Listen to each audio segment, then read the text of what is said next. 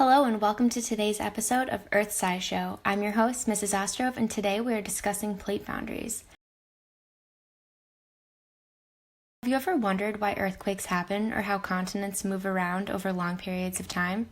Well, Earth's crust and upper mantle are made up of solid material that create the lithosphere, also known as Earth's tectonic plates. The border where two tectonic plates meet is called a plate boundary. The convection currents that occur in the mantle cause these plates to move around. If they get pushed together, this creates a convergent plate boundary. On land, when these plates collide, they crumple up and form mountains.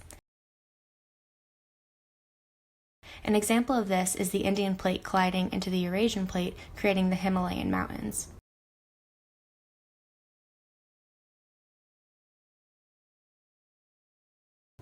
In the ocean, if two plates collide, the older, denser crust gets forced back down into the mantle.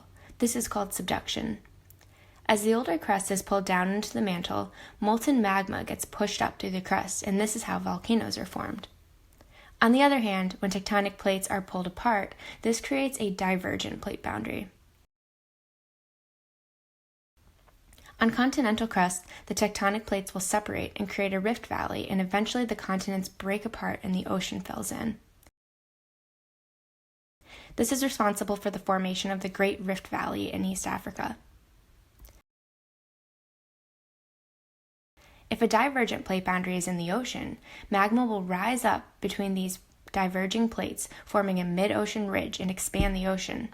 This is currently happening between North America and Europe along the Mid-Atlantic Ridge. The final type of plate boundary forms when plates are sliding past each other. This is called a transform boundary. These types of boundaries create massive earthquakes. An example of this is the San Andreas Fault along the coast of California. It is predicted that the southeastern tip of California will continue to move north, and one day, Los Angeles will be right next to San Francisco. While all of this sounds really dramatic, tectonic plates on average only move a couple of centimeters a year, so don't worry about the ground beneath your house getting up and moving anytime soon. Thanks for listening.